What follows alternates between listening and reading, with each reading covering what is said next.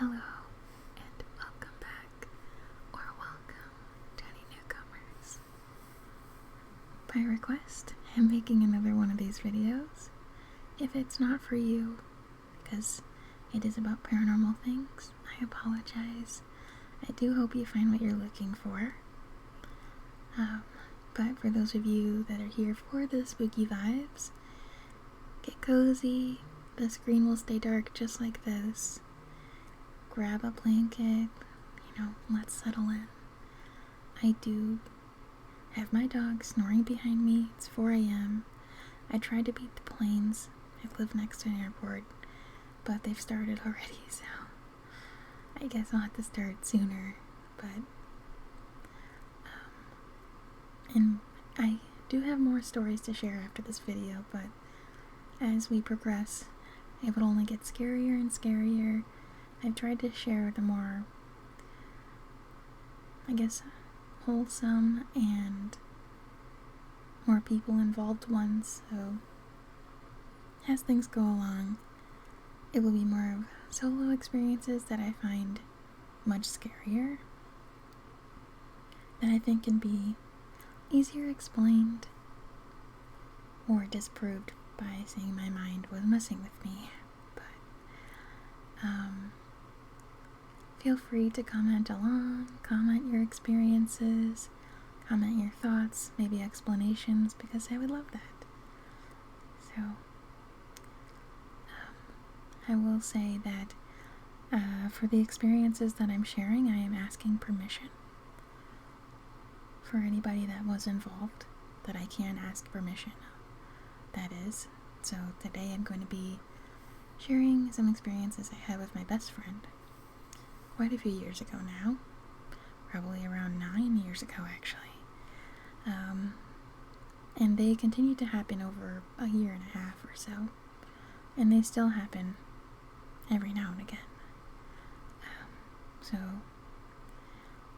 the first experience we ever had, we are in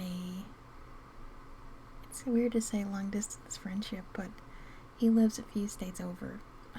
So we play games together, we would video call and cook together online and things like that. And then the first experience we ever had, I heard pig noises, and I knew that he didn't have pig noises around him, or things that could make pig noises around him. He had no pigs. The only person there was his mom, and she was asleep. And I said I was hearing pig noises, and I didn't know where it was coming from. And it was on his end, so he took out his earbuds, or off his headphones, I'm not sure which ones, and he heard them too. And he noticed that they were right outside of his window, and it's very spooky. And I think within 5 or 10 minutes, I heard his door lock. His bedroom door from the inside, it locked. And I said, did someone just lock your door? It was so loud and distinct, if you know what a door lock sounds like. Just on the door handle. And he was like, what? No, nobody's in here except for me. And obviously, some things can happen where, gravity will eventually shut a door, move a door, turn a door lock, but they were very close together, so it was quite scary that something, the thought of something trying to lock him in with it was definitely being said by both of us, and we tried to distract ourselves, and things continued.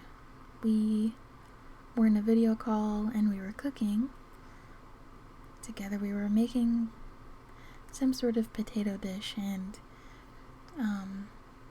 his house was known for cabinets being open, like the traditional spooky story thing where they'd walk in and all their drawers and things in their kitchen would be open, and it'd be very weird.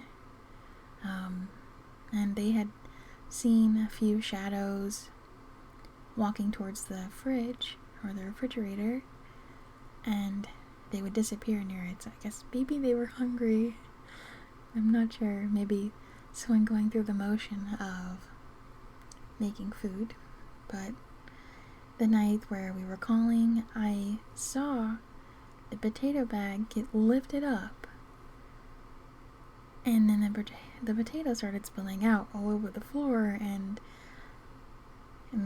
yeah, then it just got thrown. And I was just watching in shock, It's not every day you see potatoes just fly out of nowhere. And he was freaking out. I was like, did you see that? It was right behind you.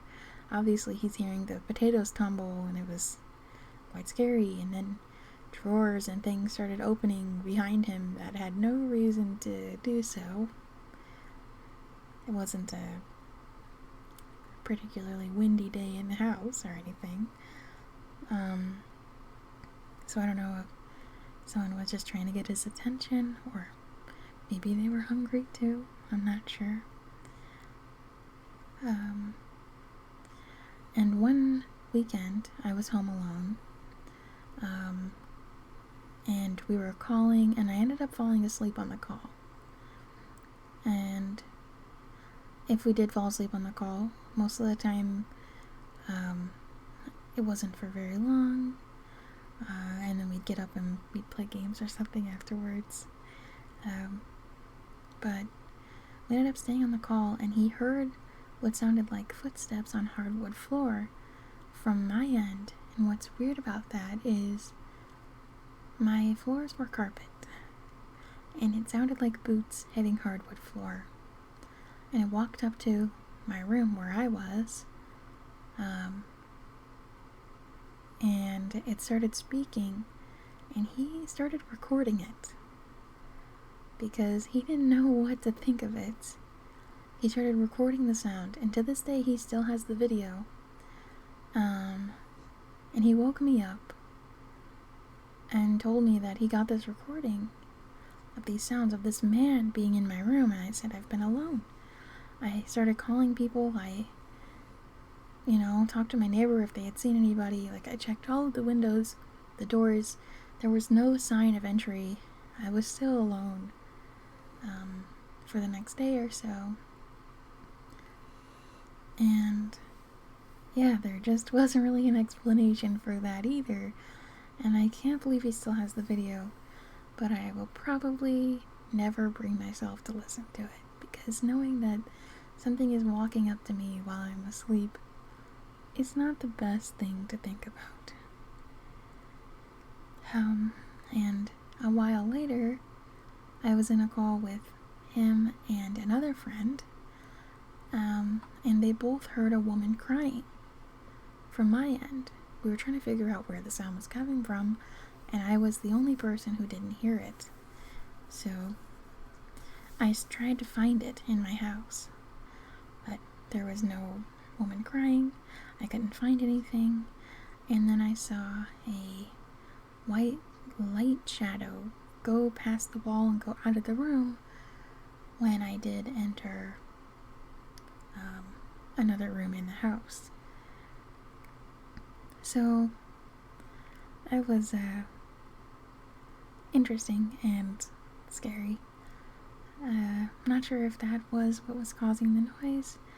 I know wind can sometimes sound a little scary, and yeah, so overall I'm unsure. But things continued to get spooky in that house. Moving away from stories with my friend, I was staying with my mother at the time, and her boyfriend, his son, was over visiting, and they put him in the guest bedroom, and he was a little kid, probably around 7 or 8 years old, and he refused to sleep in the bed. He said that there was somebody in the bed, and they were like, okay, I guess you can sleep on the couch. They didn't really want him to, because they didn't want him to be alone near a bunch of dangerous things like the kitchen and whatnot. But I didn't know that he had said that about that bed until the next morning. But I got up, and I had been sleeping all day because we were taking turns. This kid had issues with sleepwalking and just doing a lot of weird things in his sleep that I will not mention. So I was on night duty. I have no problem staying up until late like I am now with you guys.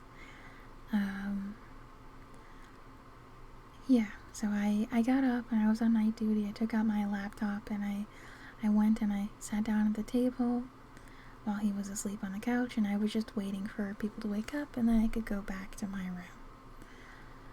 So an alarm clock that was in the guest bedroom started going off, and I thought, that's really strange. It's summer break, nobody would set an alarm, but I went to go turn it off and I saw that it wasn't plugged in and it didn't have any batteries in it either. So I just started hitting buttons and hoping it would turn off. And eventually I just slammed my hand on it because I was getting freaked out, and it turned off. Well, when I walked away and I went and I sat down again, the alarm started going off. And I was just like, I'm gonna ignore it. Well, the more it went off, the more scared I got, and I went and I smacked it again as hard as I could, and it stopped. But then I went and I sat down, and again, this alarm clock started going off as soon as I sat down, and I just kept thinking, something is calling me in there. Something wants me in there right now. Something wants my attention. So I ignored it, and I said out loud, I'm not going in there. And it stopped. The alarm clock stopped. I'm still a little bit scared of this story to this day, but things escalated, and instead of being in that bedroom, the door to... Okay, so we had two doors kind of in our kitchen area where we had a washer behind one and the dryer behind another. I'm not entirely sure why it was like this, but we had our washer and dryer within the kitchen. And the door handle to the washer started shaking violently, and I put my headphones on and I was blasting music as loud as I could, but I could still hear this door handle shaking so crazily, and I was messaging another friend of mine who was very terrified of anything scary, so I felt really bad, but he was the only person awake at that time, and I was just asking him to calm me down, like, please just talk with me for a little bit, like, I feel like I'm going crazy here. And then the front doorknob also started shaking violently, as if something was really trying to get my attention, and out of the corner of my eye I saw something standing next to me, and I guess it noticed because it quickly ran away, and I closed my eyes and I just continued to listen to music, and my friend was just screaming at me to shut up, even though I was typing to them, just shut up, don't tell me these things. But I was afraid and I didn't know what I was gonna do. What can you do in that kind of situation? Then as soon as my mother got up, I bombarded her and said there were some crazy things last night, and it all started in that side bedroom. And she looked at me and she looked at her boyfriend, and they both looked at me really concerned. And my mother said, that's weird because the son had said that he saw someone sleeping in the bed, so he couldn't sleep in there.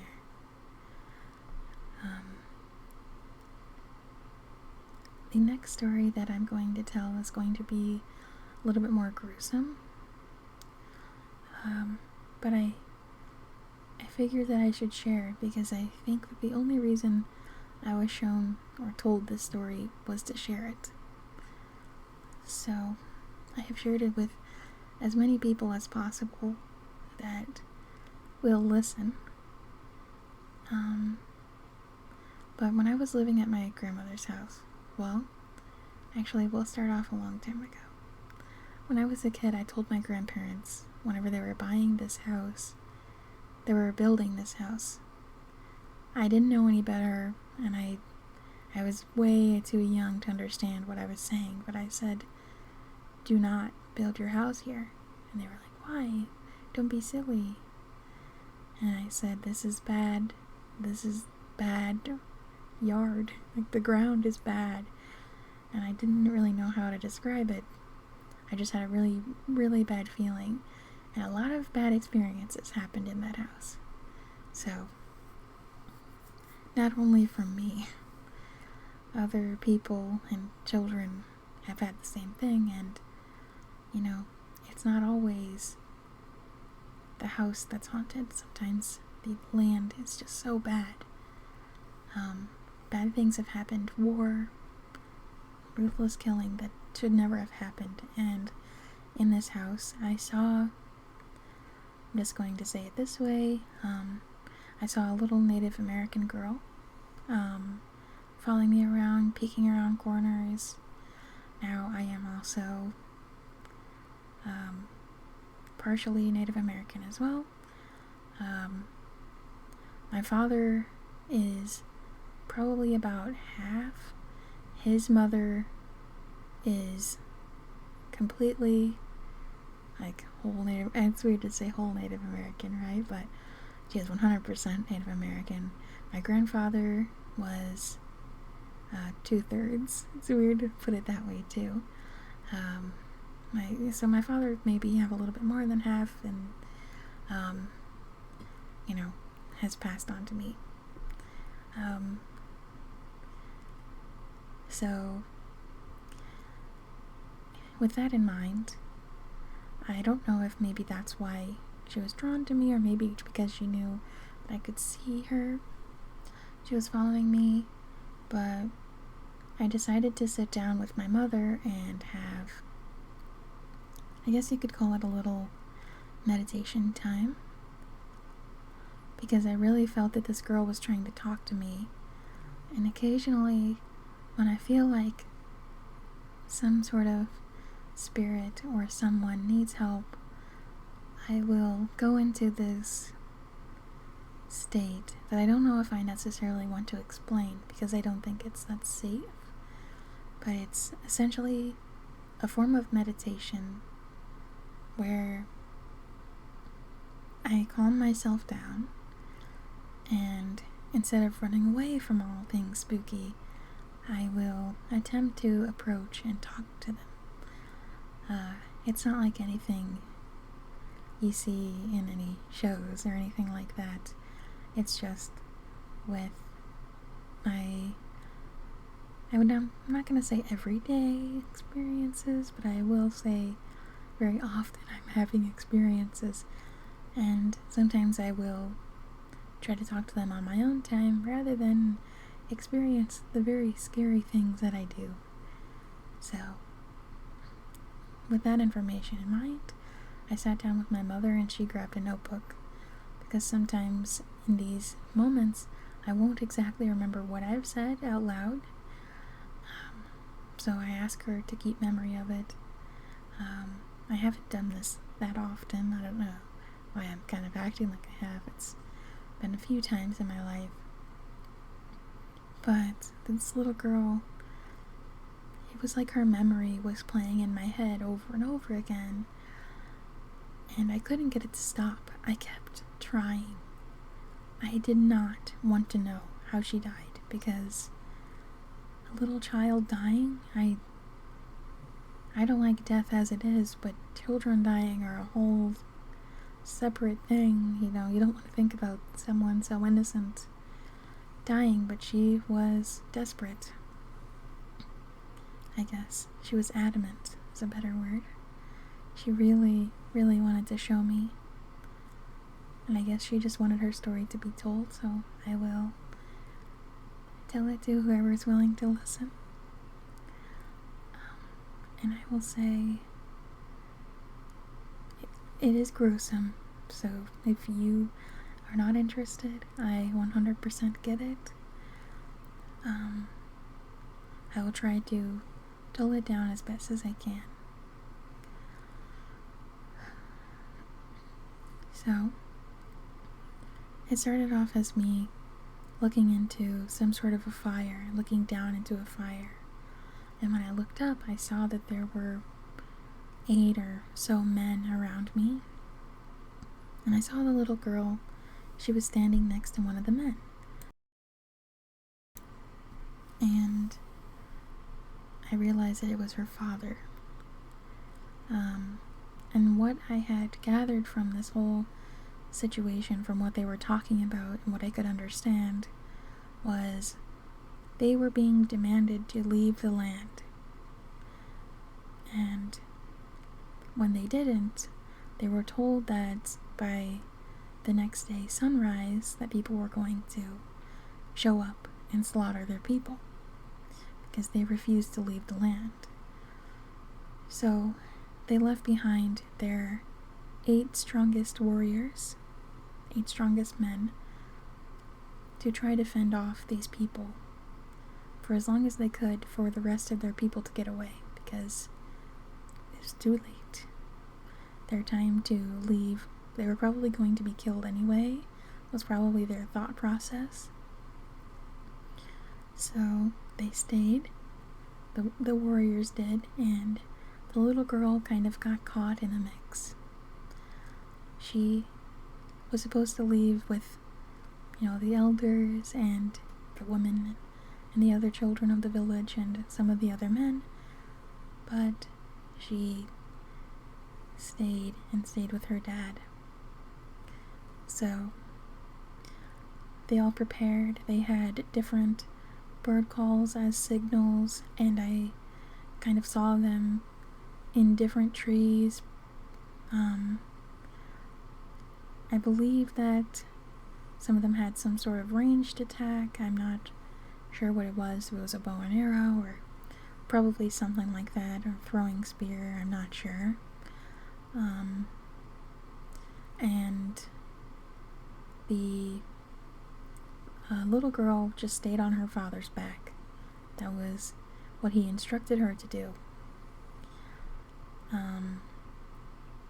Well, the father and a few other men rode up to the other people on horses, and the father died, got stabbed or something, and he fell off of the horse with the daughter underneath. And if she would have stayed quiet, they would have probably never found her. But I'm just going to say that there's a reason that she approached me as a little girl, and the memories went further into showing me that none of her family or the people that were trying to escape survived either. So I think that she was trying to share the story of her people, and as soon as I listened, she disappeared. I have never seen her again, and I will continue to share the story to anybody willing to listen. The details are a bit more gruesome, but I don't think it's the right place to share them. So,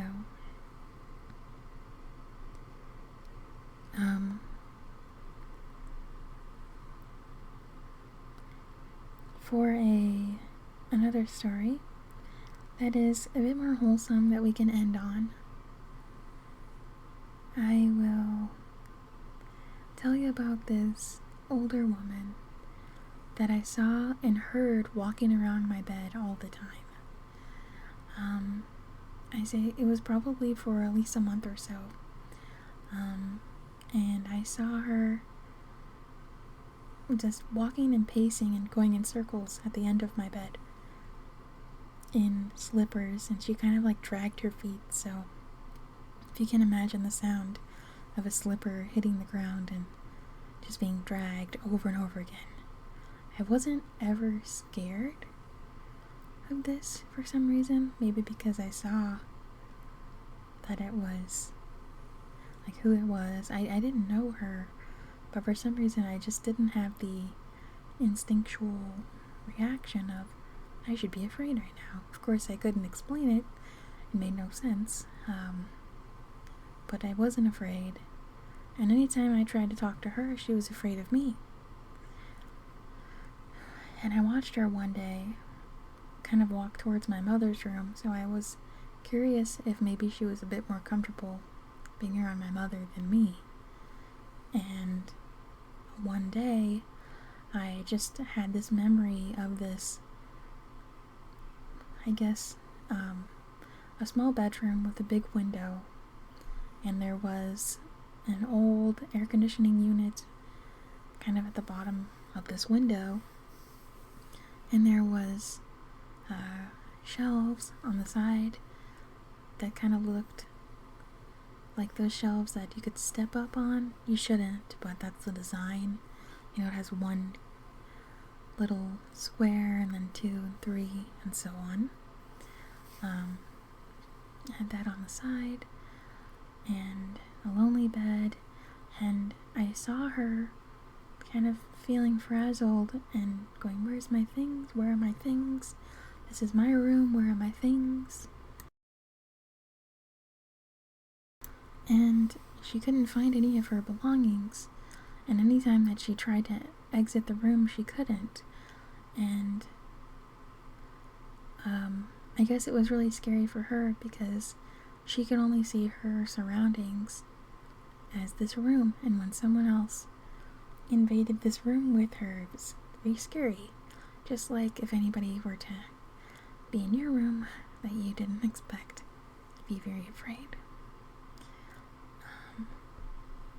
But what's weird about this is when I moved into the house that I am in now, my neighbor, who's kind of a busybody, but I love her to death, she immediately kind of questioned us.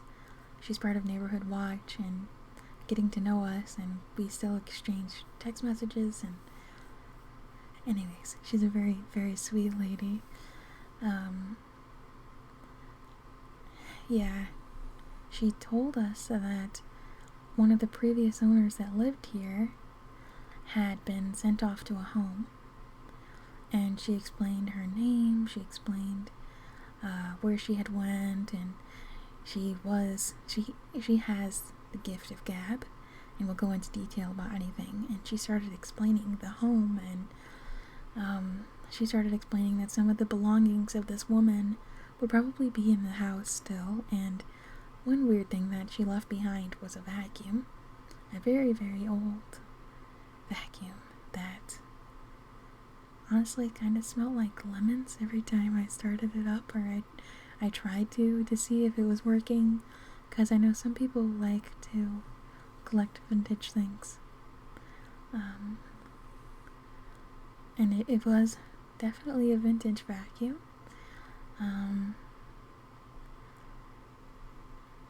But I ended up just kind of keeping it in the basement.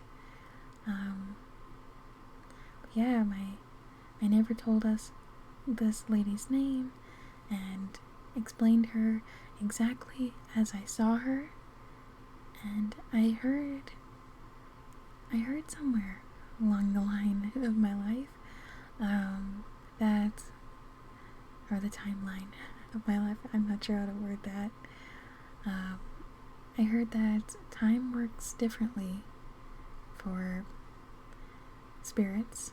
You know, time is a man-made thing, or whatever they said, and they can kind of go through time or know things through time that we don't. And I always thought that was interesting. And maybe she couldn't help but be attached to us because, or well, be attached to me because she knew that I was going to, somehow she knew that I was going to move into her new home. But the way we describe it is that she was brought home. I told my neighbor about it. I'm usually not too big of a sharer when it comes to these things, because you never really know who's going to take what you say to heart, who's going to be offended, who doesn't believe in it. You don't want to offend anybody's beliefs, you know. But I kind of shared a little bit of it, and she goes, "Really? Wow." And she was like, "Yeah, I guess you brought her home. She was lost. She was suffering with dementia, which is why she had to go, and she died shortly after, which is probably why she was so confused all the time, pacing.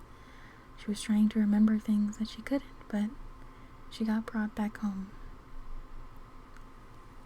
And I have not seen her since, so maybe that she just wanted to be able to find home." Yeah. I wrote down another story, but this video is already 30 minutes long, so I will leave it for the next time, if there is one. If there is a want for another video, let me know. I will be glad to make that for you. Thank you so much, so much for staying with me.